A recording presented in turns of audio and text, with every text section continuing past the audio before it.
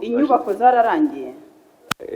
Hari inyubako zararangiye, hasigaye gusa gusakara ahantu hazajya ari ibyo bita ngo research aquarium. Ntabwo inyubako zirarangira. Ikitarangira ni mu imbere kubera ko ni systeme ko installa amazi. Tubwiye ko inyubako zarangiye ariko inyubako ntabwo zirarangira. Nka finissage isigaye nka finissage isigaye kuko kubako zirubatse. Turabyemera ntabwo inyubako zirarangira ariko turi muri finishing uko bazana ibikoresho no kubaka kuri site birajyana. Kureba uko zabiterekamo kontra irahari, ibikoresho bitaneze mu kwa 10 kuko kontra igera mu kwa 10 bizaba byagezemo, ndetse n'abakozi bashinzwe kuzaraninga cyangwa se gutumira asenti ikora neza nabo babaye hired barahari. Ubu turabizeza ko muri ukwezi kwa 10 bizaba bikora neza kuko ni installation y'ibikoresho isigaye urebye n'indi birimo nkuko deje yarabivuze n'amazu nkuko mwabibonye banyakubahwa. Nubwo byatinze ariko birimo biragenda neza. Murakoze cyane.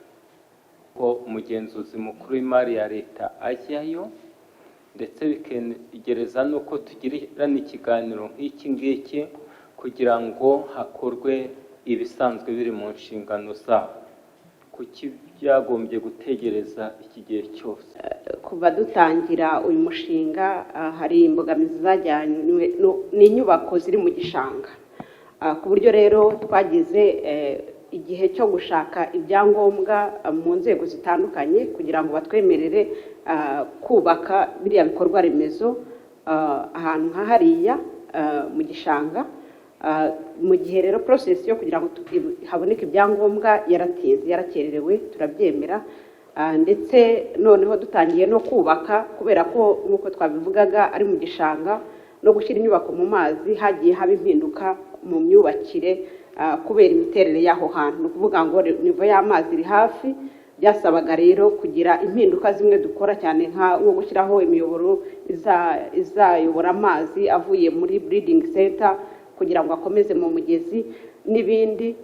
Izo mpinduka rero nizo zateye ubukerererwe, ariko nkuko twari twabibabwiye twashyizeho uburyo bwo kwihutisha imirimo dukoranye na rwiyemezamirimo ndetse na supervising farm Gasabo 3D ariyo dukorana, ku buryo twumva rwose nkuko twabibijeje turabyihutisha bishoboka, turashyira imbaraga zacu zose kugira ngo uyu mushinga ubashe kugera ku ntego zabo. Murakoze. Igihe twaganiraga kuri raporo y'umugenzuzi mukuru umwaka washize, icyo cyari cyabikereje, ibyo byari byarangiranye n'icyo gihe.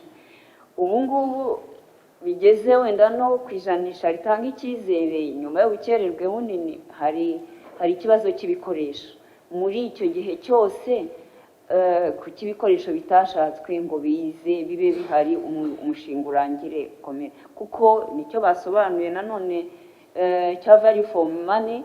Uko ibintu bitinda niko bihenda, ni nako n'ibibazo by'amafi nabyo bikomeza mu gihugu. Reka iki kintu nacyo cyo gutinda, niba hari n'umukozi ubishinzwe wagufasha agira icyo abisubizaho, ariko iki ngiki kirimo kudakoresha neza umutungo wa leta. Mwarimu bivuze ni ukuvuga ngo ubundi bikoresho nyine bijya mu mazu ahubatse, kandi murabizi n'ubundi hari na procedures z'amasoko uko zitangwa. Hari ubwo rwiyemezamirimo adahita aboneka, ariko kandi hakabaho no kuvuga ngo n'ubundi ntiwazana ibintu bitari buhite bikora, nabyo kiba ikindi kibazo. Ariko nkuko mwabivuze nuko n'inama tugenda tuzibona yaba ari ku mugenzuzi ndetse namwe, ukuvuga ngo kandi natwe biba bituraje inshinga, ntabwo ari ukuba hari abantu baba barangaye cyane, ariko tukumva ko ubu ngubu inyubako nkuko zirangiye n'ibikoresho nabyo bigahita bijyamo, byahita tugera ku ntego, kuko n'ubundi ibikoresho ntitwari kubizana tubishyira ahantu tudafite aho tubishyira. Nk'ubu rwiyemezamirimo nari mbabwiye yagiye kureba uko size cyangwa se uko inyubako ingana kugira ngo ashobore gukora kugura ibikoresho bihwanye nabyo. Tukumva ko nubwo biba byakerewe nyine makosa n'uburangare biba wenda biturutse ku mpamvu zitandukanye, ariko twumva ko muri ubu buryo ndetse n'izindi proje zigenda zikurikiraho abantu barushaho kugenda biga kandi bakarushaho gushyira mu bikorwa. ni kuvuga ngo procedure z'amasoko ziratinda, nabyo biva muri planification, muri procurement plan, kuko iyo uzubaka size y'inzu uzubaka n'ibikoresho uzashyiramo ubitegura mbere, bishobora gukorwa ku buryo igihe umushinga urangira n'ibikoresho biba byahageze. Si ukuvuga ngo nabyo bize bibe ayito. Iyo nayo ni point asobanuye ariko wumva nayo idafite ishingiro.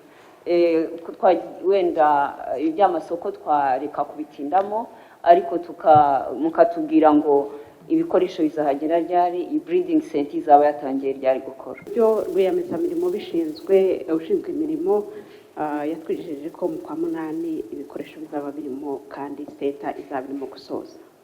Murakoze. Mu kwa munani ko mu kwa munani. Murakoze. Uwigeze kuri Ntuwiyabigeze kuri kangahe nicyo nabazaga. Ibyo umupenzi yanyunganira. Murakoze. Urebye kubera ko inzu zarangiye n'indi mirimo yo hanze bakora bigeze nko kuri 85%. Ejo bundi turi kumwe n'aba engineer n'abashinzwe gukora supervision nuko batubwiraga banyakuba. Murakoze. Nagezeyo merukayo, nagiyeyo. Inyubako zararangiye. Hari inyubako zararangiye, hasigaye gusakara ahantu hazajya ari iyo bita ngo research aquarium cyangwa se fish aquarium, niho honyine. Kandi muri weekend batubwira ko naho bari gusakara amashitingi ashinzwe kubikora yarahari. Ntabwo inyubako zirarangira. Ikitarangira ni imbere kubera ko ni system yo kwinstara amazi. Tubwiye ko inyubako zarangiye ariko inyubako ntabwo zirarangira. Ni nka finissage isigaye banyiko. Nka finissage isigaye kuko kubako zirubatse. Nta muntu uba site hano uhari ngo atubwire.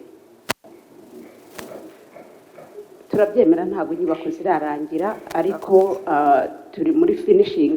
Uko bazana ibikoresho no kubaka kuri site birajyana, ntabwo dukora kimwe ngo ikindi gihagarare. Mu by'ukuri rero turabizeza ko byose birimo kujyana abanyakwa abadepite, turabitwarana. Ibitararangira mu bijyanye n'inyubako nk'uko nari nabibabwiye, hari n'imiyoboro y'amazi n'ibindi byose bigomba gukorwa, birajyana no kuzana ibikoresho, kandi turabizeza ko byose biri muri iyo timeline twabahaye. Murakoze.